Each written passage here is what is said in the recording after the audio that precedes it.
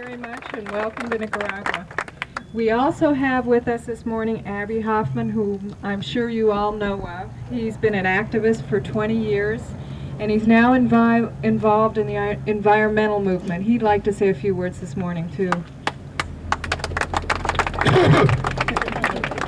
This is my second time here, and the reason that I speak this way is because when I spoke that way, they didn't listen. My voice is gone, so I'm going to speak a little softer. But first I want to say that we are not here to be rescued.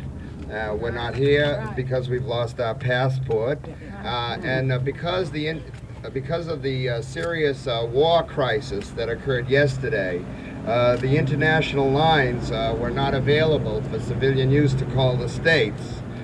So it's important that I say hello to my mother and to my children, especially my daughter, who is in the hospital and unfortunately could not join us today to share the experience of being here in Nicaragua. I want to assure them not to worry, that the hospitality of the Nicaraguan people has been wonderful, that the food, the weather, and the beaches, and all the sights to see are truly magnificent, and that it's a marvel to see people in action striving for their freedom, for their justice, and for peace. I came with a group of 69 people, but I cannot speak using the words we. A favorite American philosopher of mine, Mark Twain, once said that only editors, kings, and folks who have tapeworms should be allowed to use the word we. So therefore, I can speak only for myself. I fought 10 long years against Vietnam to oppose U.S. policy there.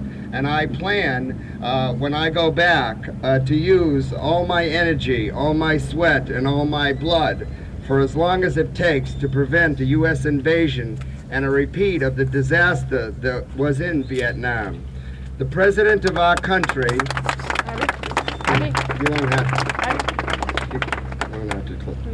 The president of our country has said that Nicaragua is a totalitarian dungeon, that is a communist state, that is a place where the poor are oppressed, while the leaders live in opulence, where human rights are denied, where political opponents are tortured and killed, and that all this is a Russian plot to harm the United States.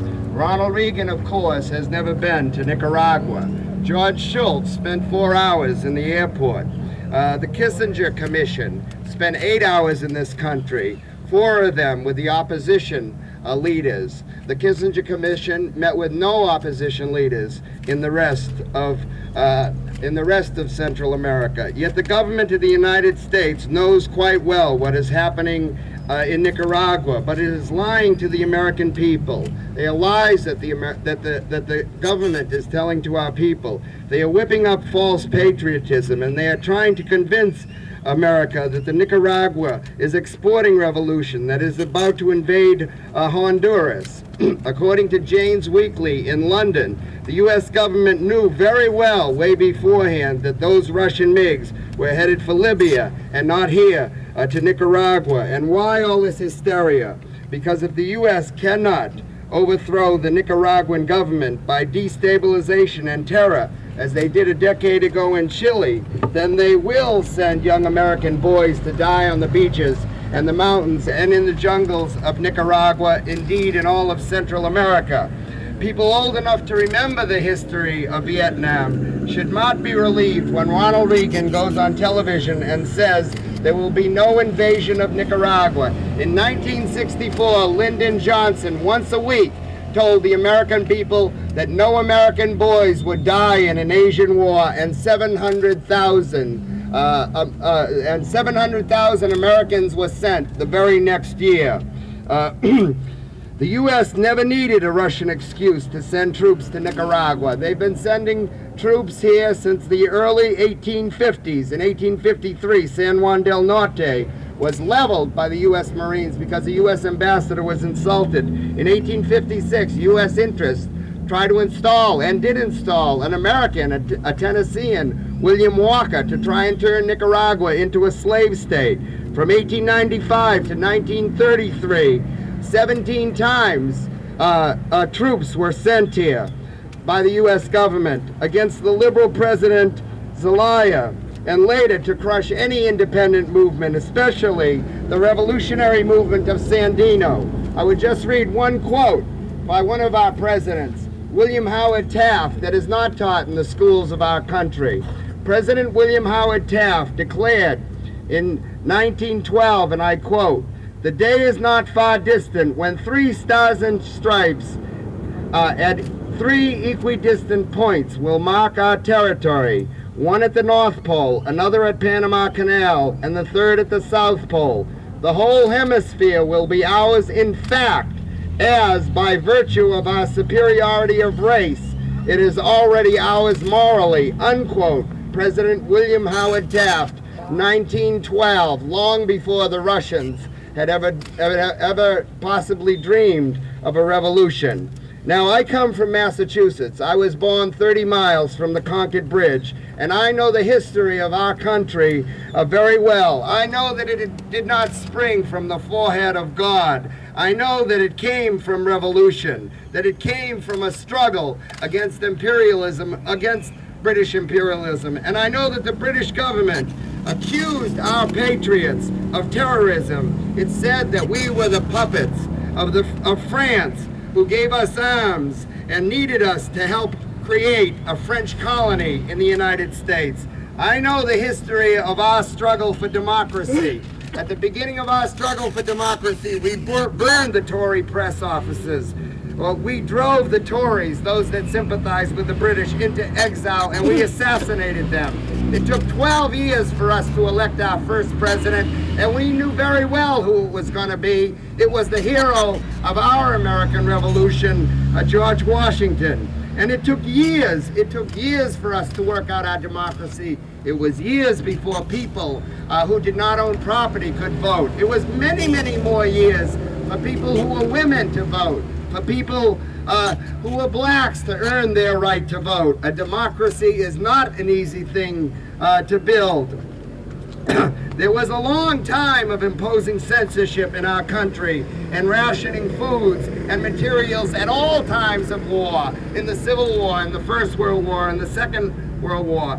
As a dissident against the war in Vietnam, I was repeatedly jailed. I was repeatedly beaten. I was beaten by thugs hired by the President of the United States, Richard Nixon, and H.R. Haldeman, and there are tapes to prove this. This has all been printed in the New York Times. Repeatedly, I was denied by name legally from entering states in the United States, from giving speeches. By law, I was spied on and burglarized by the government through the FBI. And this was not only my story, and it was not the only story that happened to activists fighting against the U.S. government policy. Many people who are even innocent, as you can speak to my running mate, Joanna, and hear her story of governmental abuse and denial of human rights. I believe Nicaragua is an open society. I believe it is a government of the people, by the people, and for the people. I believe in every sense that it is a democracy, and I believe in democracy with a passion. Censorship in Nicaragua, Ronald Reagan has never been to Latin America. Governments living in opulence off the blood of its people. Ronald Reagan has never been to Latin America. Suppression and censorship. Ronald Reagan has never been to Latin America. Suppression of the Indians, yes. The Sandinistas did make mistakes in the early years of the revolution, and they admit to those mistakes, and they have corrected those policies. And Brooklyn Rivera and all the indigenous peoples groups throughout Central America have said, as has said Kennedy, that they have changed their policy. But the United States is hardly the best country in the world to tell others how to treat Indians.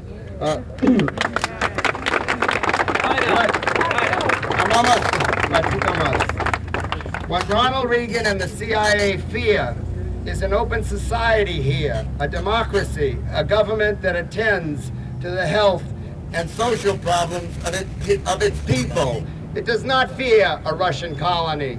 The U.S. government is the best public relations firm for a Russian colony. What it fears is Movimiento de Esperanza. That means a movement of hope. And I plan to go back and join with others here and in the States in solidarity, doing whatever is necessary to prevent the crushing of Movimiento de Esperanza, the movement of hope. I refuse to live in a world that does not have hope. Therefore, no quiero vive en el mundo sin Nicaragua libre. I do not care to live in a world without a free Nicaragua. Thank you.